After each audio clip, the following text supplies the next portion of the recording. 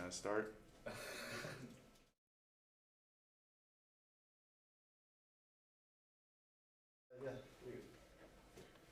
Hello, my name is Dominic DiFederico, and my internship was a custodian at law.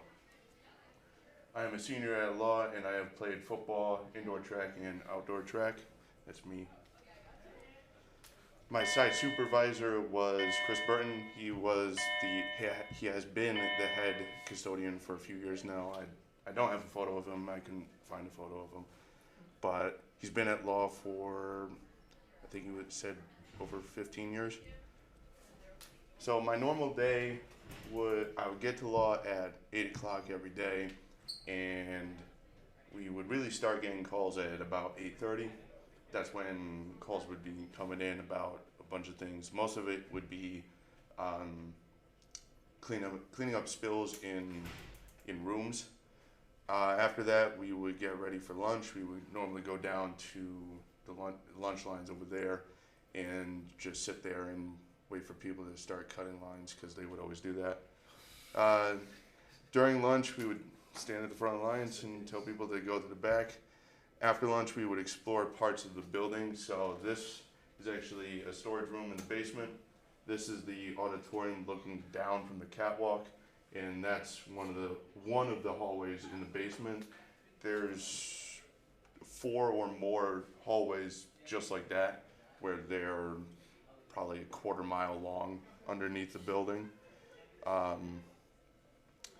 So my internship experience every day was different than the other, but it was just exciting because it was really fun to see how Chris and the other custodians would react to certain things, because every day it would be different. Like one of the days we saw a pony walking through the hallway, and we're like, we didn't even know that the pony was supposed to be there.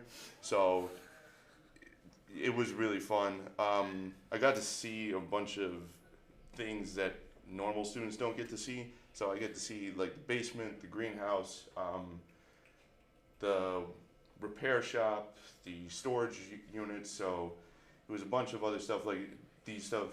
This is the 3 water heaters. This is I think these 2 are the AC and heating elements for just the auditorium. Most of the problems that would happen in the building were dealt with by Chris or by another custodian. So if it was bringing paper to the copier room, or or cleaning up a spill somewhere else, Chris and I or someone else in the custodian staff would go and handle it. What did I learn from this experience? I learned that how to manage a building and how to make sure things get done correctly and on time. Because it's really difficult to run a building. That's what I've noticed. And it takes a lot of effort to get something done, even though sometimes you might not be able to get it done, or something else might go wrong. My future plans are to own my own electrical business or be a licensed operational engineer. So I've always been interested in being an electrician, but I've also been interested in being a heavy machinery operator, so like crane operator or excavator or dump truck operator. That's what an operational engineer is. Thank you.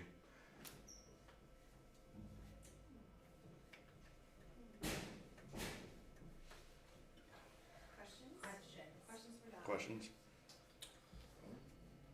My question, I have one. I know you guys do a lot of like different things, and you explained some of those earlier. Did you have like a favorite thing that you most look forward to, or? So my favorite thing would be to go around and explore different parts of the building, because the building is massive. Like it is huge. Yeah. Because as soon as you go down the elevator into the basement, it's like hundreds of feet of just wide open corridors, and like you go down the basement through the elevator near the cafeteria. There's dry storage and like a refrigerated storage, and then there's custodian storage, and then after that there's giant hallways like that that it's everywhere, and it's like there's tiny crawl space. There's crawl spaces underneath all of the bathrooms, so that they can get to the pipes that go to the bathroom. Wow. So for every bathroom, there's another crawl space that goes directly underneath it, and it's like 100 feet crawl spaces. They're like 3 feet by 3 feet, like 3 feet wide by 3 feet tall. You would have to crawl on your on your arms to get to the spot. By the way, there's no lights down there, so you would have to carry a flashlight or, yeah. That sounds like very hard work. I just want to make a quick comment, more than even a question, but Mr. Burton said you were probably one of the hardest working interns slash people on his staff. So he was very quick to tell us that you were hardworking and asked a lot of great questions and looked for instruction, where, he was just doing a task and you jumped in and said, hey, can you show me, can you explain that to me? And so I just want to give you a lot of accolades for like jumping on board with whatever was happening and just absorbing everything that was going on around you. So really, really good job. Thank you. You're welcome. What's your biggest pet peeve? Biggest pet peeve would probably be going into small crawl spaces. Yeah. That was scary. Like there's even a crawl space that is suspended by steel cables that go over the auditorium. Oh my So God. it's to fix like the lights that point at the stage, you would have to go into a steel cage or steel box that's being held up by steel cables. Stuff we would So, never So- know. Wow. It's really scary because you have to go. It's behind the stage, so you have to go up one ladder and then go up another ladder to get to that spot, and it's smaller than most crawl spaces. Any other questions? I just want to follow that up because I missed part of your presentation, so I apologize. But having to do those kinds of tasks, and knowing what you want to do in the future, did anything feel like it really prepared you for something that's going to be a little bit scary or intimidating? Do you feel like it's kind of demystified it a little bit? It did kind of, because I realized that I am a big person, so I don't like being in smaller places that are being suspended by steel cables. I prefer to be on the ground most of the time, so Wait, so you claustrophobic? I'm not claustrophobic. It's just I don't like it when someone tells me, oh, the thing that you're standing on is being held up by steel cables. No, that's anxiety. No. Yeah. So it's I don't think it changed the outcome really though. I think I'm still want to be an electrician, just be more careful with what I'm gonna do. Instead of being held up by a cage, I can probably be held up by a bucket or something. Yeah, something a little more secure. Yeah. All right, Dom, wonderful job. Thank you.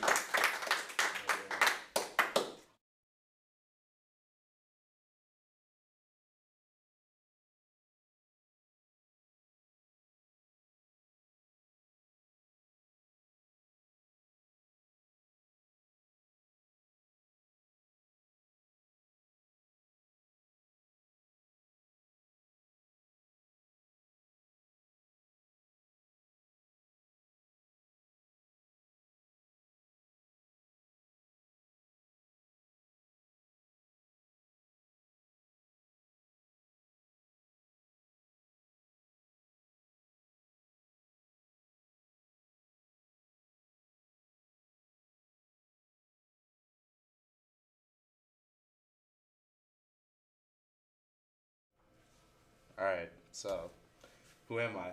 My name is Ed Patel. I'm a senior at Jonathan Law High School, and I'll be attending UConn, intended major in biology, and also enrolled in their pre-med program. I was lucky to get 2 different sides on my internship. So my first internship was at Griffin Hospital with the cardiothoracic surgery team, and then my second one was with the VEMS emergency service. Alright, so Griffin Hospital. So what I did there basically, so I was able to observe different surgeries, visit patients with the doctor, I could visit the lab some of the days at Griffin Hospital, and I attended different meetings in the morning. Why I chose this internship? Because I want to specialize in cardiothoracic surgery, and in the future, so getting to know how it actually is, like how the doctors throughout their day work and stuff like that, and getting to see surgeries, I thought it was cool and it would help me in the future. VEMS. So, Valley Emergency Medical Service is a nonprofit community-supported pre-hospital advanced life support provider. And I was able to respond on a number of calls in a day, whether they were any falls or even patients that went to cardiac arrest or had a stroke. I thought it'd be interesting to ride on an ambulance and learn that perspective of healthcare, because I would obviously in the hospital you're seeing like that side of the care. You're not seeing like really the care from like when it first happens. So I thought it was pretty cool to see that side as well. And yeah, so these two are from Griffin Hospital. Dr. Salzano, he was the cardiothoracic surgeon. Dr. Tushio, he's a professor. He was also a cardiothoracic surgeon. And then at VEMS, Joe Burnett, he runs I think 4 counties through Griffin Hospital for all like the emergency services. So I worked with him as well. Yeah. All right, about them. So Dr. Salzano is he's certified in American Board of Surgery, American Board of Thoracic Surgery, and Thoracic and Cardiac Surgery. He's a chairman of surgery at Griffin Hospital. He went to medical school at University of Rochester School of Medicine and Dentistry. He completed his residency at Hartford Hospital in Hartford and the University of Rochester School of Medicine and Dentistry.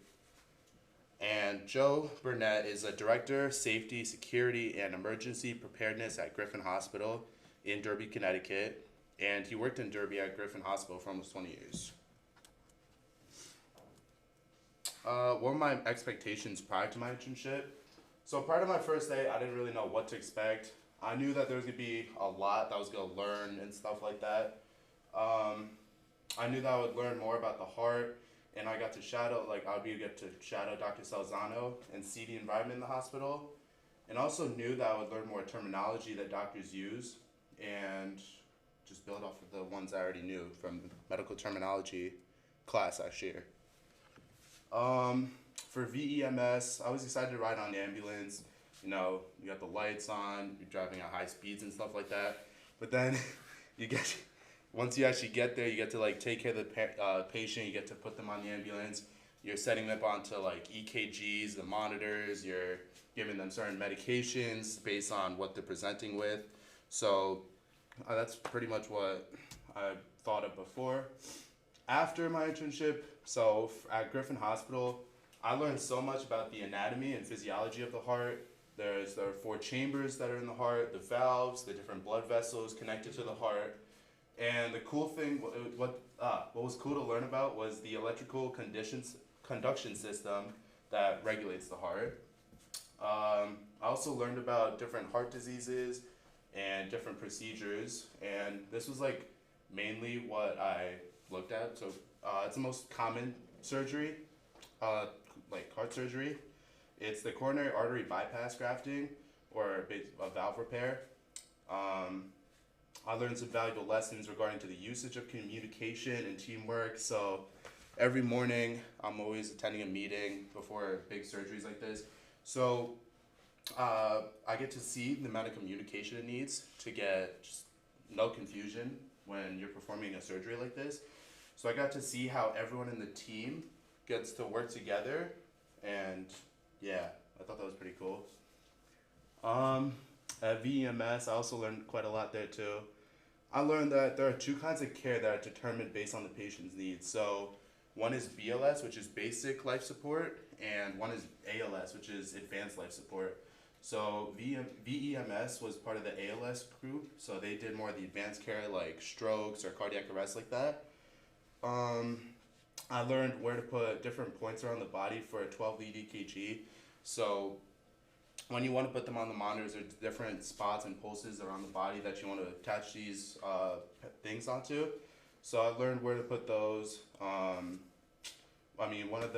of they explained the different medications given to them based on what they're presenting with. So if they had high blood pressure and stuff like that, there's a certain medication you give them to relax them and stuff like that before they got to the hospital.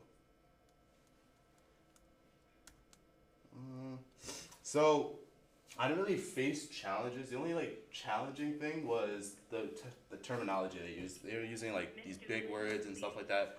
Some of them I know, some of them are I don't know what they're talking about. So I think that was the most challenging part of it, to try to understand what they were saying. Alright, how did it help me grow? So there are basically three things that I took away from this. One was the time management. I learned that with a busy schedule, you got a whole filled schedule with different things. You got meetings, surgeries, you're visiting patients and stuff like that. So time management is a big thing, and you need to prioritize wisely and use time management to your advantage. Communication, wherever you go, communication is key. But both at Griffin and at VEMS, I learned that communication is vital so that there isn't any confusion and everyone's on the same page. And then I really got a sense of the medical field. So I want to, obviously, in the future, I want to pursue my career in the medical field. So I got a sense of really how the hospital runs and stuff like that. Will this help me in the future? Most definitely this will help me in the future. Having on my resume that I interned with a cardiothoracic surgeon at high school is a big thing already. It'll make me stand out on my applications and stuff. And I learned so much these past 2 weeks with Dr. Salzano and Joe, and yeah. Oh, yeah, there's a video.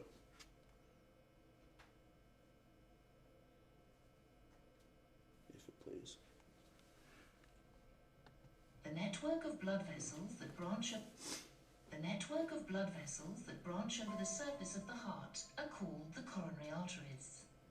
Coronary heart disease occurs when fatty deposits build up and form a plaque or atheroma on the artery wall. This causes the artery to narrow and harden, reducing blood flow to the heart. A CABG can bypass the blocked arteries so that blood can flow more easily. A coronary bypass graft, or CABG, is carried out under general anaesthetic, which means that you'll be asleep during the procedure and feel no pain. If blood vessels from your leg or arm are being used for grafts, your surgeon will remove and prepare these first.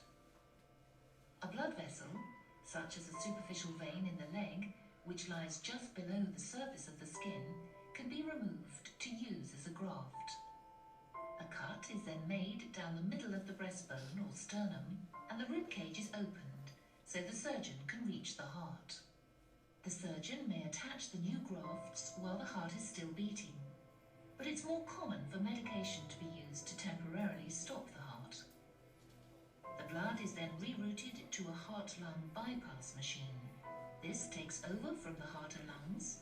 It adds oxygen to the blood and maintains circulation.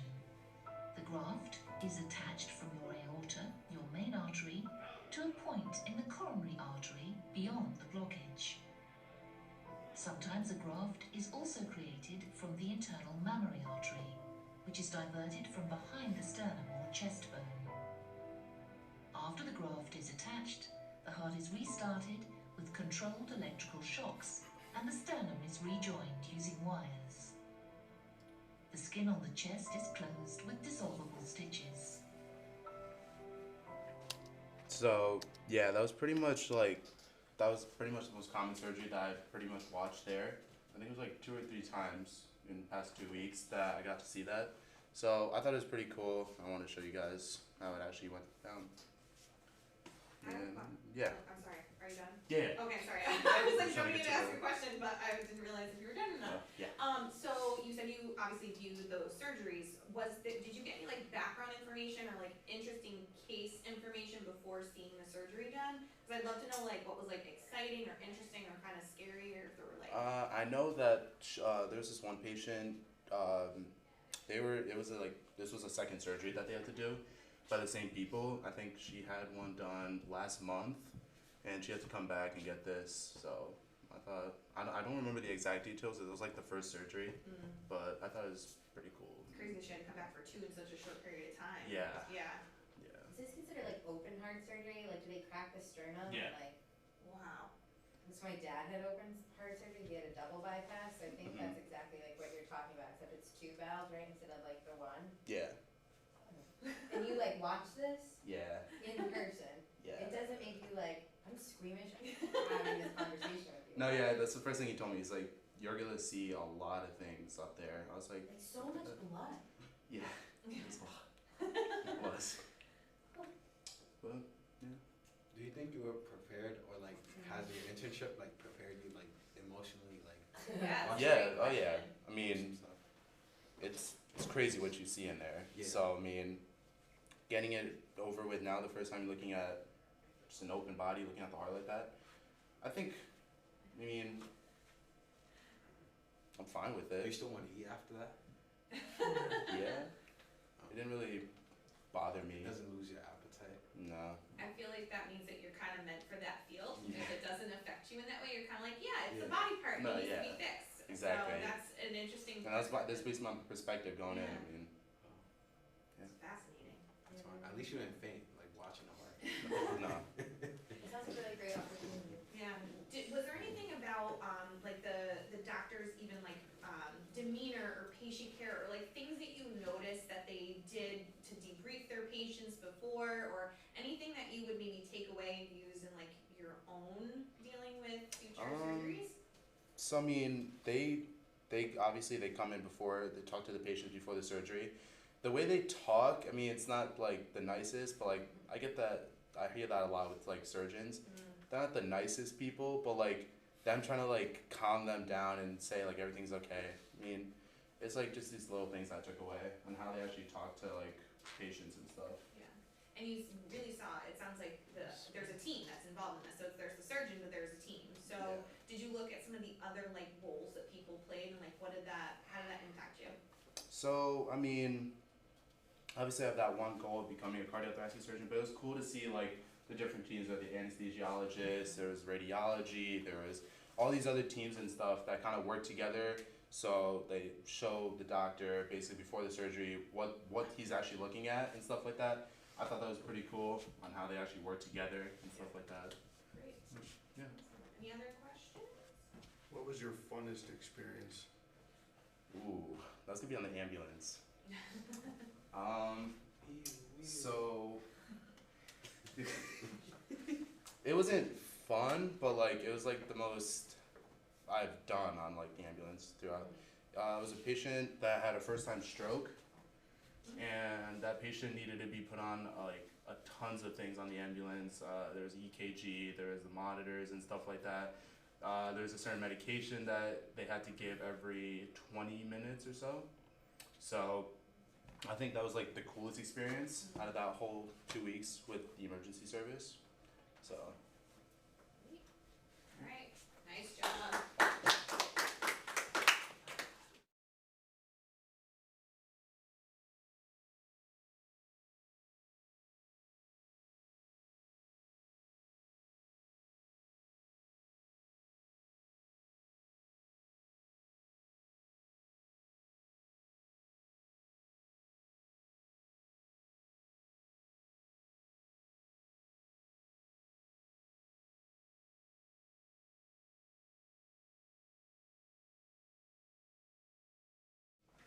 Okay, so I'm Abdul Khan, and I did my internship with Yale School of Medicine and Yale Neurosurgery. Alright, so who am I? My name's Abdul Khan. I'm committed to UConn. I'm majoring in biology on the pre-med track. I work at the Boys and Girls Club in the winter, along with Bounce Family CT and 203 photo booth. I volunteer at Yale New Haven Hospital. I have 2 siblings, and I like cars and sneakers. So where did I intern? I put 3 different places because I was kind of bouncing around, like through all those places. One is Yale School of Medicine, is right here. I was there the least amount, but for like lectures and stuff like that, I went there. Second was the Demosci lab. This is actually a picture of a neuron that they took in that lab, and the third was Yale neurosurgery. So who was my site supervisor? My site supervisor was Dr. Demasai. That's her right there. And then I put a few other pictures, and I put this name, Eamon, Eljishi.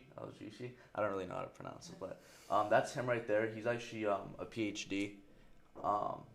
And I was with him a lot because she also owned a lab, so I would go in there and they would research like epilepsy and stuff like that. So I was with him. This is the Yale neurosurgery team. That's Layton. He's a fifth-year resident for neurosurgery, so he taught me a lot on like getting through college and then medical school and then residency. And that's Dr. Duncan. He's actually, I put him on there because he's the person I originally emailed for my internship, and then he connected me with Dr. Demasai. Why did I choose the site? So I chose the site because I'm interested in medicine in general, and then specifically neurosurgery. And I put my sister because, so in elementary school, I had a sister, and she was born with a brain condition. It's called lysencephaly. So then that's when the grooves on the brain are smoothened out, and that causes like seizures and stuff like that. And I was at Yale like every day for like 2 months or a month and a half, so it was kind of interesting to be able to see like what they did on the background, stuff like that. Yeah, that's just a random picture. I put a picture of Dr. Demasai operating, but that's not it. Let's see. All right, so what is the business of the site? This was Yale's neurosurgery department, so they deal with brain and spine injuries, and also around on patients who have spine or brain damage but do not actually need surgery. So there's a lot of patients, they call it GSW, which is gunshot wounds to the head, which they'd go and visit and talk to them, but they wouldn't actually need neurosurgery, but they'd be there for 2-3 weeks, depending on like how bad it was. And then epilepsy research, so Dr. Demasai, it's called the Demasai Lab, and they research epilepsy and how it affects different things like statistical learning and just things in general, and what really causes epilepsy and where it comes from. This is actually an image of the brain and like different parts, and like they put like pins in to monitor like where the epilepsy comes from. That's Dr. Demasai right there, performing surgery. Expectations prior to this internship. So I thought like all the people were going to be like very strict and like straightforward and take everything very seriously. I was nervous because it's such a complex field and comes with so much stress. So I thought people would be kind of mean and stubborn. That's why I put these people from TV shows, because that's kind of how they portray like the image of a neurosurgeon. But it was like the complete opposite. Like they were like the nicest people, and like they joked around and stuff like that. So I liked it. Responsibilities. So I worked on a research project where I actually have to present to the Yale School of Medicine students. I don't know when. I had to go to the doctors, so I skipped that day, but I have to go back there and present to them. It's on how epilepsy affects statistical learning. I got to shadow the surgeons and watch some surgeries, round on patients, sit in on meetings and presentations, and sit in on case studies to find a plan for the patient. Challenges and accomplishments. So I don't really have that many challenges, but I feel like the most challenging part is watching patients go through like the times they have to go through, because a lot of times the patients would like start crying and stuff like that, because it's a big deal, especially if you're working on their brain, and a lot of times it's not their first, it could be their third, fourth surgery and recovery time, and they could lose memory and stuff like that. And then I feel like accomplishments, just being there in the room and bring some sort of comfort. I mean, I was just standing there really, but yeah, it felt good. So skills developed, social skills, working as a team, problem solving, and time management. I think the biggest is definitely social skills, because you have so many different type of people that come in, and then you have to communicate with them. Working as a team, because not only neurosurgery, I mean even cardiothoracic, anything in medicine is you work as a team with different. You have PhDs in neurology and neurosurgery. Problem solving, and then time management. I mean, there'd be a few times where I'd be working on something, but then there'd be a call, so I'd have to go with them. So I feel like being on top of things is definitely something that I learned. Was the internship beneficial for my future? Yes, because it'll look good on my resume when applying to med schools, and I get to build connections with people in the hospital along with just seeing the life of a neurosurgeon and what goes on in the background. So like medical school, they're really big on like internships, volunteering hours, and experience. So I think it's like really good, and just like the overall view of what a neurosurgeon does. I mean, people like would always say like they work crazy hours, and that is kind of true, but I feel like it's not as like people who aren't in neurosurgery make it like a lot scarier than it seems. So. Oh yeah, this is a video. This is actually Dr. Demasai.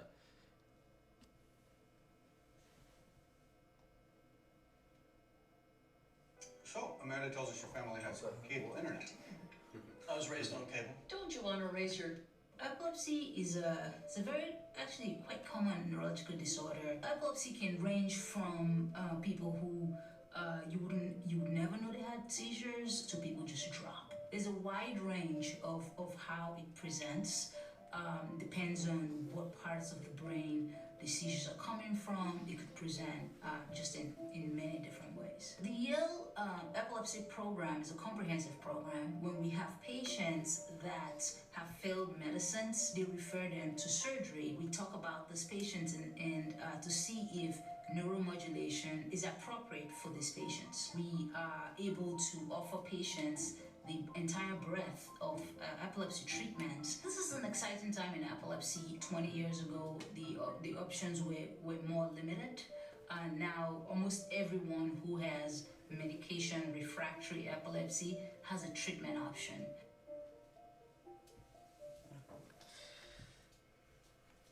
So Dr. Demasai, she's a neurosurgeon, but she also she specializes in epilepsy. So like epileptical.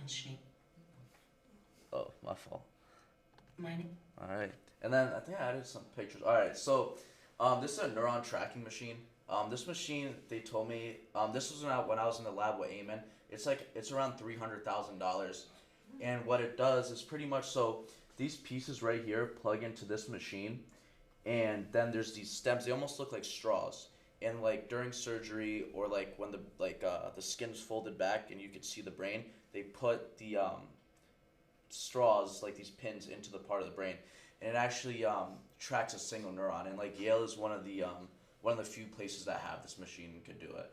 So a neuron, it tracks when a neuron sparks. So like they kind of compare the brain to like electrical engineering, because you have different neurons and circuits. So there's actually a test that was ran, and it was on Jennifer Aniston, the actor, and like it was weird. This person, whenever they'd see, write, or like hear the name Jennifer Aniston, the neurons would spark in the brain. So like different people have different sparks, and besides like how your brain reacts to Jennifer Aniston, it also shows you like how if there's like a disconnection in neurotransmitters, stuff like that. So it's really good for pinpointing like epilepsy and where it comes from. Alright, so I put some pictures of the brain to explain. So most of the surgeries that I watched is from the temporal lobe. That's where most of the seizures come from. And in the temporal lobe, there's you can't see in this image, but on the inside, they call it the hippocampus. So most of the time they remove it to get rid of seizures. That's where mainly like most seizures come from. The frontal lobe, like Cameron Boyce, the actor, and then my sister, they had REM seizures, so in their sleep, and that comes from the frontal lobe of the brain. That's a little bit more complex because you can't really remove like the frontal lobe of the brain. But so they would remove this, and a big thing was with those patients. So right here, like in this area, is your memory and your speech. So there'd be people that like are healthy, work, but they'd have seizures like randomly. It could be 7-8 times a month, and they'd like fall, get hurt. So that was a big thing, is weighing out those options. Like you could somewhat cure the seizures, but then you'd be sacrificing memory, speech, things like that. And a lot of them were young. I mean, there's people ranging from like 5 years old to 40 years old. When they're younger, it's easier to do these type of surgeries because the brain grows back a lot faster. But as they get older, it's a lot harder. So like weighing out that option is like the biggest part. All right, so this is spine. People think neurosurgery is mainly brain, but it's also spine. So you have everyone's different, but there's a total of 29 different vertebrae. You have C7, T12, L5, and S5. Then you have your spinal cord on the inside, all your vertebrae, and your disc. They're all in charge of different things. After T1, stuff like that, it moves down to your lower body. But these are all like what it's in charge of and stuff like that. Oh, a fun fact I learned, they taught me. So like, you know, like when people get older, they shrink a little. So they said mainly it's because the disc, it's like a brake pad almost. They wear and tears. So it's the brake, or not the brake, the disc getting smaller. That's what causes them to shrink. In spine, the worst injury to get, obviously they're all bad, but the worst is if you get it by your C1 or C2, because that's your breathing region, and it's also closest to your brain. So that's like the most dangerous. And yeah. Oh, and then right there, the vertebrae in the lumbar region is the biggest because that's where the most pressure is on your spine. So, yeah. Oh yeah, these are just some photos I took. So that's the Yale School of Medicine. It's right across the street from the lab. Alright, so that's actually a funny story. We're doing research, and then they were like, "Oh, let's go ping pong." So they use code names for random things. So I thought like ping pong was like another lab, so I followed them. But we actually ended up playing ping pong, and they're really good at ping pong. This is me in the lab. We're doing research. That's a case study. They were looking at different patients' cases and trying to figure out like what they're gonna do. And that's Yale School of Medicine in the lecture hall. So yeah, it's pretty cool. And yeah, that's that. What was like the coolest thing you've seen in a hospital? Like in the hospital or neurosurgery in general? I mean, neurosurgery. Yeah. The coolest thing, I mean, definitely I feel like the machine was the coolest. I mean, you could see the neurons. Like, they look like little cells just floating around. That was the coolest thing. During surgery, everything looks so much bigger, but when they take like the piece of the brain out, it's like this big. So I think that's pretty cool. And just, I mean, the brain is like so complex, so being able to go in there and like do that is just very interesting. I feel like it was really cool.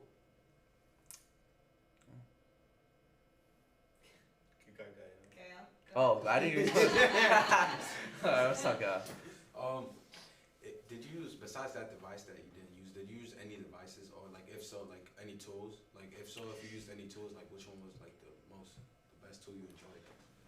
I mean, I didn't personally use the tool, but the surgeons, there's a bunch of different tools that you could use depending on the surgery. Mainly it was hand to hand, where a lot of times they'd make a small incision into the brain and go robotically. I think that was pretty cool. But a lot of times they'd like, mainly the cut would be from like the front of the forehead, and they like fold the skin back, and yeah. But yeah. I have a question. So you mentioned there was somebody on the team that you talked to about like medical school and like Yeah. the whole process. What was something from that conversation that you took away that maybe you didn't know about that process?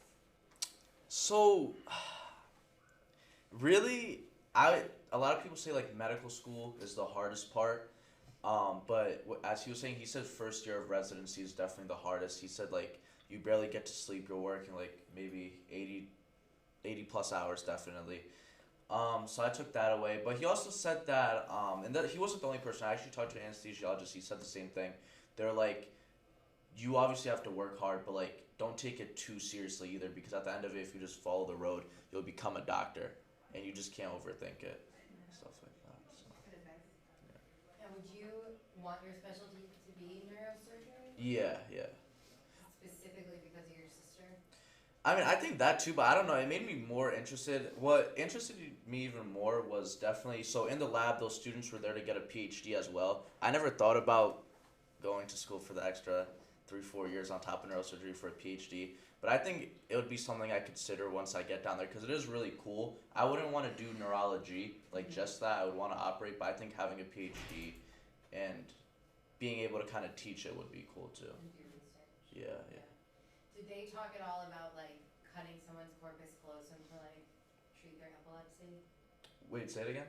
Like, you know, like the corpus callosum, the part of your brain that Yeah. connects the left right hemisphere. Did they ever talk about like cut, like I've heard in the past that they'll like sever it as a method to treat epilepsy? When I was there, they didn't have any patients that they did that to. Mainly it was temporal lobectomy, so Yeah. the part of the temporal lobe would be removed. That was most of the patients. a lot of patients, they didn't do surgery because just with age and stuff like that, it wouldn't be worth it, and like the sacrifice of possibly losing like mainly all of your memory.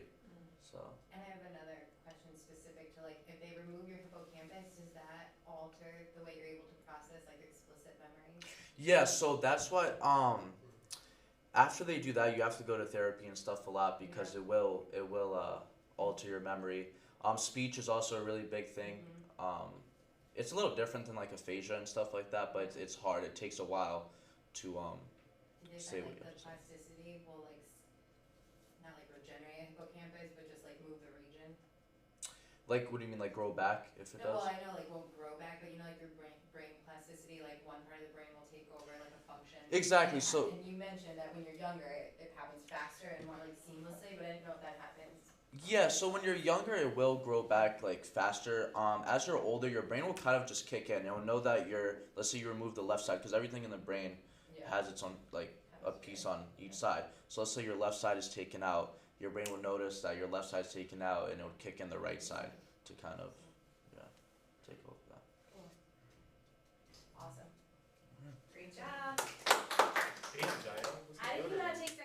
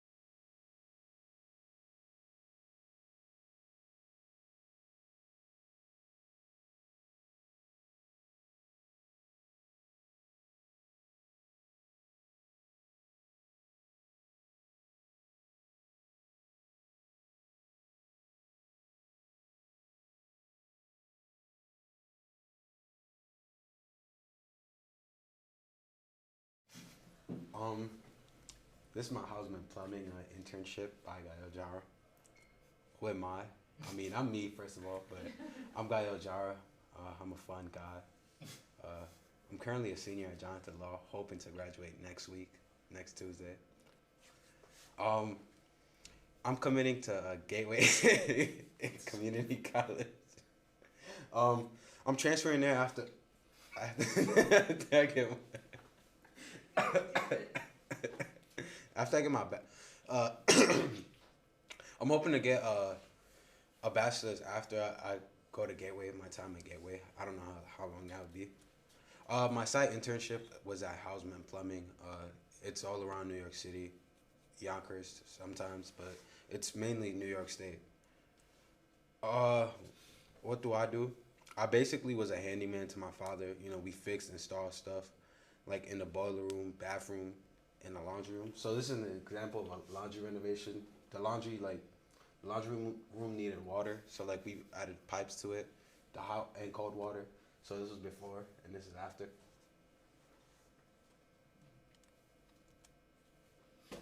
Why did I choose this internship? To be honest, it was really a last minute idea. It wasn't really my main goal. Like, it was just an emergency plan, and it helped me out a lot that my father was just there to help me. And we know that there was just last minute. It came up the head, and it was good that he said yes, and then I went along with it. This is my site supervisor. His name is Joseph. His name is Joseph Zambrano. This is his email.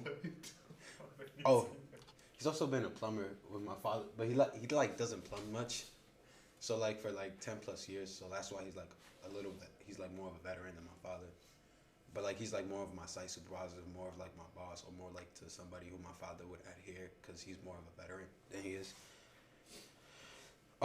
Expectations. To be honest, it was hard, but it wasn't really hard to expect because I already like been a plumber with my father a few times over the past. I knew I was gonna be a plumber. I wasn't just gonna be there standing, just stiff and looking at it.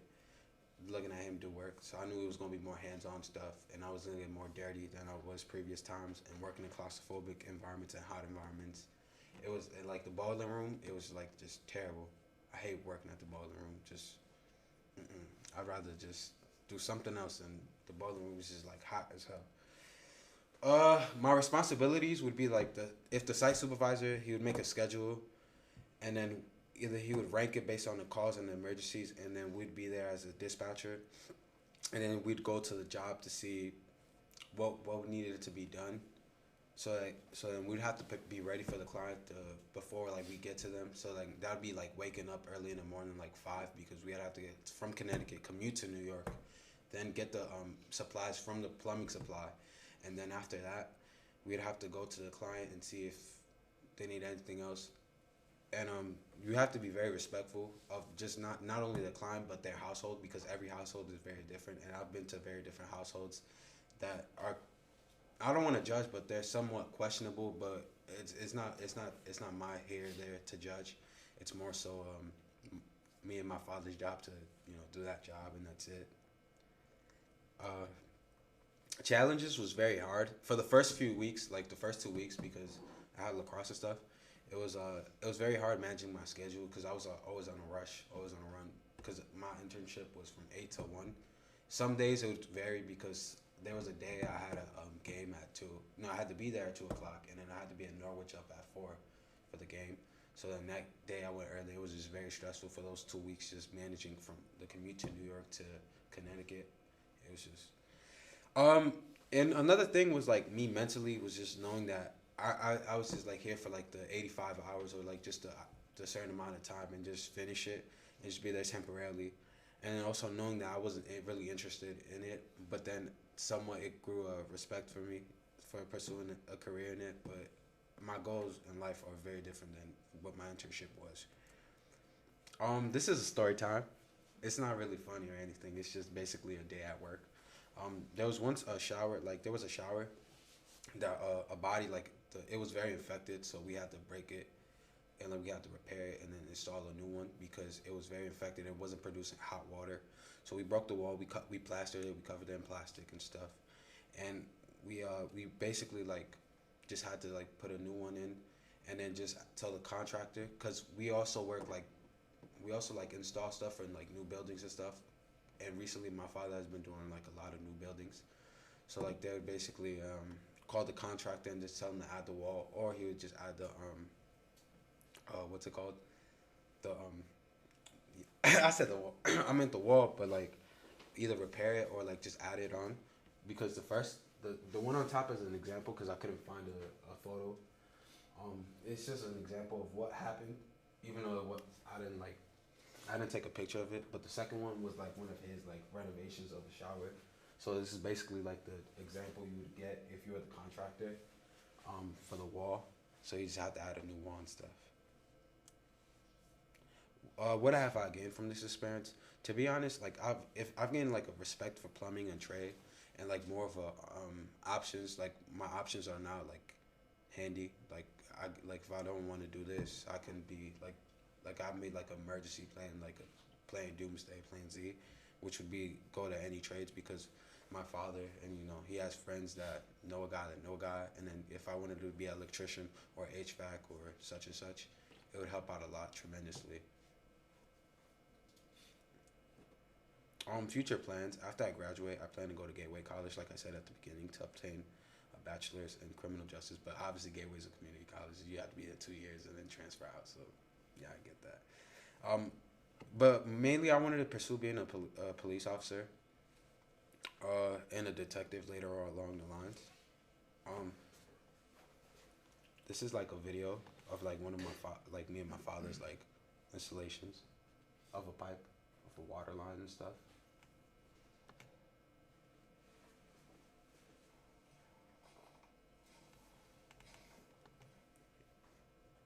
Oh.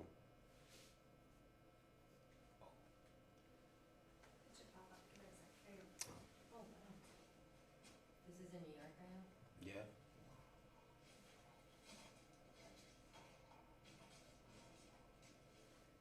So that's like the PVC pipe. Like you had to trim in, and you had to Maybe that. That looks like a big job. Yeah.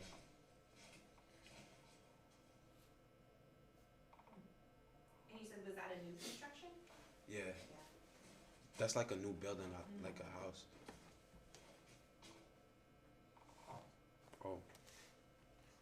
Oh. And this is like a short, like 50-second video, what not to do, so you don't have to deal with plumbers.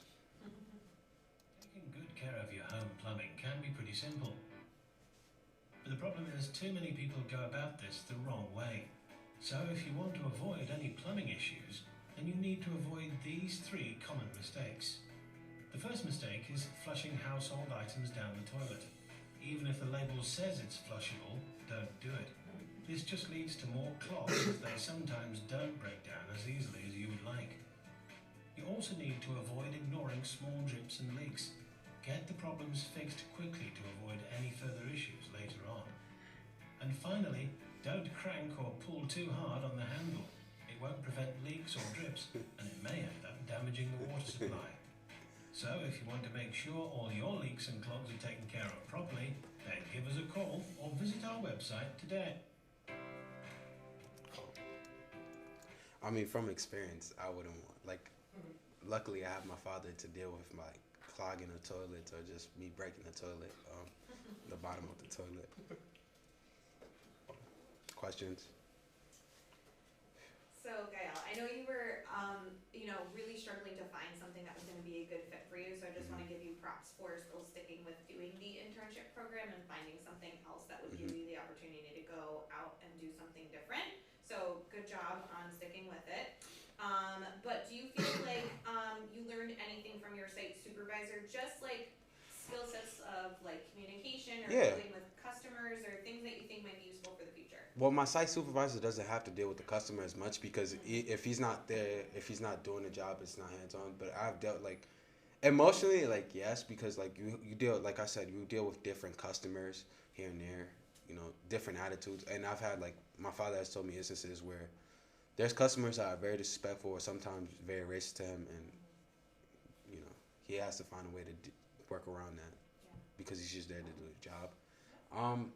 I've learned the business side of it too, not much because I was more hands-on than a business, but it was more so like I can understand it from now on a little bit, partially, like I can understand.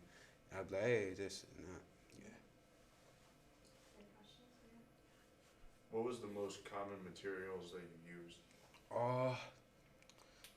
Sometimes like I'd use like a wrench or like the drain snake or like there would be like his glue, the bond glue, which would be for like the bottom of the toilet, because we'd have to sometimes like take out like the toilet and then fix the water system, and then just wrench it back into place, like, and then fix it so like to add more water to the toilet, because sometimes like the water was blocking the toilet. And this is from personal experience too. I have a question. So this thing that I've seen, I don't know, has this ever happened to you? Like, not to you, but like, I've seen this in plumbing, where like so much pressure builds up. Oh my god. No, like pressure builds up Poop and then comes it out? No. It like literally shoots like the toilet. No, it hasn't happened to me in my 85 hours. It hasn't happened to me in my time. Hopefully it doesn't happen to my father. Any other questions for Gail? Yeah, I think because you intend to still go into like law enforcement, what's one thing you learned during the internship that you'll take with you? Patience. Patience. Great. And probably being a little bit more physical too. Yeah, that's great. Because I've stated in my journals, and not only just that, but it's just too much. Like the reason why I don't want to do this, like mentally and physically, it's just too much of a toll. Like just coming home, and especially just coming from Connecticut to New York, that's just alone itself. Like that's just physically and mentally, it's just tiring. So you figured out what kind of like works for your personality and what maybe wouldn't work so good. Yeah, but then a problem with that was I think I doubted myself. Like I don't want to say doubted, but I was just more so of like I want to do this, and then it just more so affected me into how I went about my internship, and I wish I could change that too if I went back. Yeah, good for you. Yeah. Great, Gail, nice work. Is there sweat stains? Fine, Oh. you're fine.